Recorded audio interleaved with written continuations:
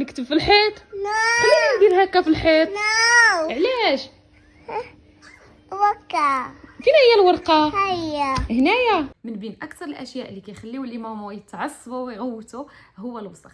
يعني الوسخ في الحيط، الا لقات لا ماما الوسخ في الحيط، في اليدين، في الحوايج، في الفراش، يعني اي بلاصه في الدار ولا حتى في الوقوق ديال الولد ديالها، فهي فريمون كتعصب. لكن السؤال المطروح، واش ولادنا كيديروا هادشي باش يعصبونا ولا عندهم اسباب خاصه؟ السلام عليكم لي ماما، نتمنى تكونوا بخير وعلى خير، ومرحبا بكم في فيديو جديد ونهار جديد ونصائح جديده. اليوم موضوعنا هو كيفاش نقدر نغير واحد السلوك ما كيعجبنيش في ولدي ولا كيديرونجيني في ولدي. وكمثال غادي ناخذوا الكتابه في الحيط ولا في الحوايج. يعني انا كنعطيكم ليكزامبل وانتم تقدروا تطبقوه على اي سلوك ما كيعجبكمش في ولدكم. اول حاجه خاصك تعرفيها هي ان الطفل ما كيفرقش بين الحيط، الورقه، الدفتر، يعني ما عندوش فرق. يديه، الفراش، ما كاينش فرق. كي الورقه كي حاجه اخرى. فهو دماغه شنو كيقول له؟ عندك واحد الوسيله، قلم، غتحطه في شي بلاصه، غتشوف واحد النتيجه، يعني سبب زائد نتيجه عنده في دماغه كتساوي متعه. الا كتب في يديه هو كيشوف واحد الريزولطا كيحس بالمتعه، كيتعلم. الا كتب في الحيط وكيشوف واحد الريزولطا كيحس بالمتعه. كتب في الورقه يعني نفس الشيء. وبالنسبه مثلا للحيط فهو كيكون واحد المساحه اللي هو كبيره، يعني كيقدر يتحرك، يقدر يخربق.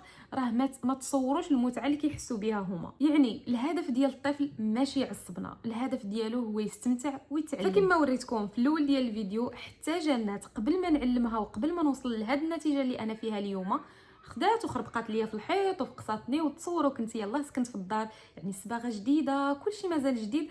وانا اخر تصور عندي، يعني ما كانش عندي في بالي بان غتمشي وغتخربق في الحيط. فاش شفت هذاك المنظر فغي تحكمت في اعصابي. شنو الحاجه اللي قلت اوكي، فاطمه الزهراء اللي عطا الله عطاه، وقع اللي وقع، يعني انت ضربتيها، انت غودتي، انت ما عرفت شنو درتي.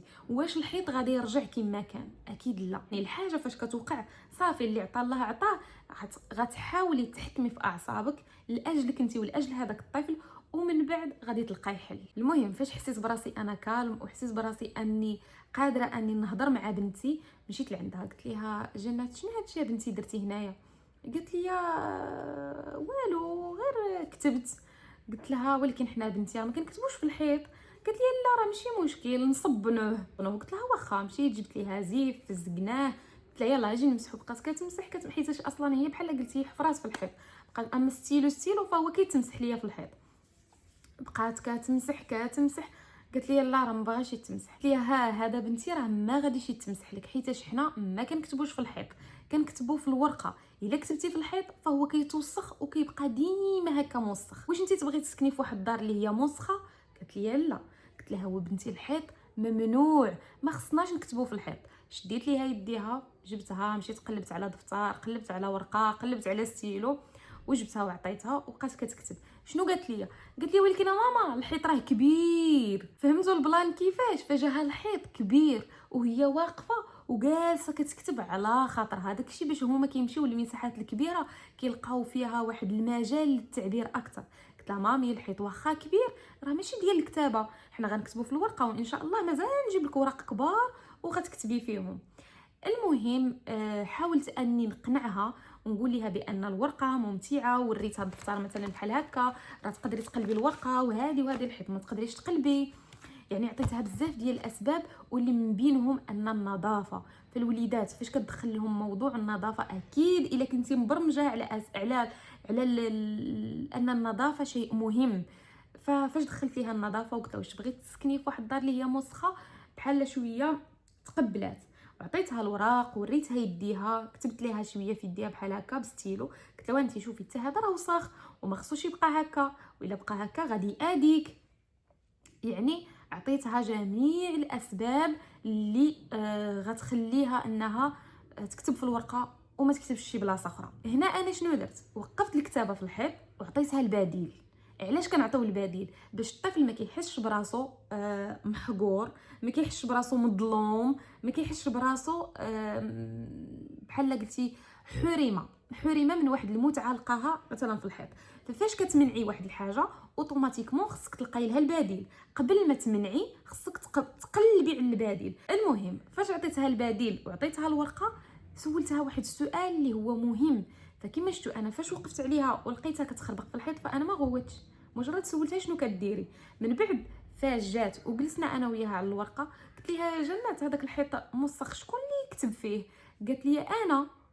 هنايا طفل لحد الساعه فهو صريح مع الام ديالو ولا مع الاب ديالو. يعني هاد الصراحه راه جدا مهمه. الى هذيك الصراحه واجهتيها بالغوات ولا بالضرب فهنا انت كتربي واحد الطفل مستقبلا غيكذب عليك. ماشي غيكذب عليك حيت داك الطفل خايب، لا غيكذب عليك خوفا من ردة فعلك. يعني خص ردود فعلك تكون مقبوله ومعقوله. فاحنا الهدف ديالنا اننا نأدبوا ونربيو، ولكن بواحد الطريقه اللي تخلي هذاك الطفل سوي، ما يخرجش ليا طفل كذاب. فرجعوا ليكزومبل ديالنا، قدمت البديل لبنتي اللي هو الورقه، هضرت ليها على مدى سوء هذيك داك السلوك اللي درت، يعني انه سلوك ما مزيانش. ولو درت هادشي كامل كنبقى مراقبه للبنت، يعني كنعطيها الورقه كنحط لها ورقه وستيلو وكنراقب من بعيد، ما كنبقاش نقر ما كنبقاش نغوت، كنراقب من بعيد. الا بانت ليا غتغفل على الورقه كنرجع، ودائما التذكير دائما التذكير. الا دزنا من حدا شي حيط ولا حدا هذيك الكتابه اللي درت كنقول لها اوه شفتي يا مامي هنايا شنو درتي، انت كتبتي ولكن ماشي مشكل ما غتعاوديش ياك، سي لا ديرنيير فوا. اوكي بنتي اوكي الله يعطيك الرضا. يعني بواحد الطريقه اللي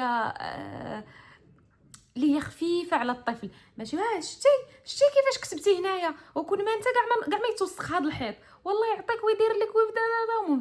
ممكن فوق ما دزتي حدا داك الحيط كتمشي تضربيه، فوق ما دزتي حدا داك الحيط كتمشي تضربيه. فبكل صراحه هذه هي الطريقه اللي اعتمدت مع بنتي، والحمد لله من هذاك النهار ما عمرني ما شفتها وقفات حدا الحيط تكتب.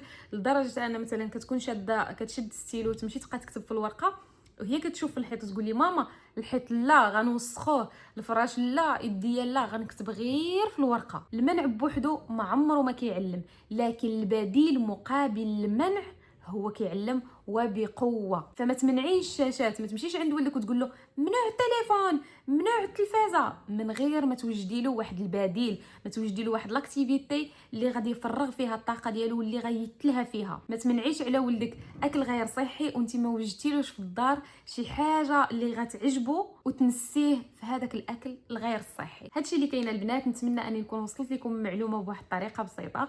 كنتمنى انكم تكونوا استفدتوا معايا. ما تنساوش انكم تهبطوا لي كومونتير اللي عنده شي سؤال تقولوا. وايضا موضوعنا الفيديو الجاي ان شاء الله غادي يكون على يعني كل مرحله عمريه شنو هما لي زاكتيفيتي ولا الانشطه اللي تقدري تخدمي مع ولدك منذ الولاده حتى لسن 5 سنوات. نشوفكم في الفيديو الجاي وباي باي.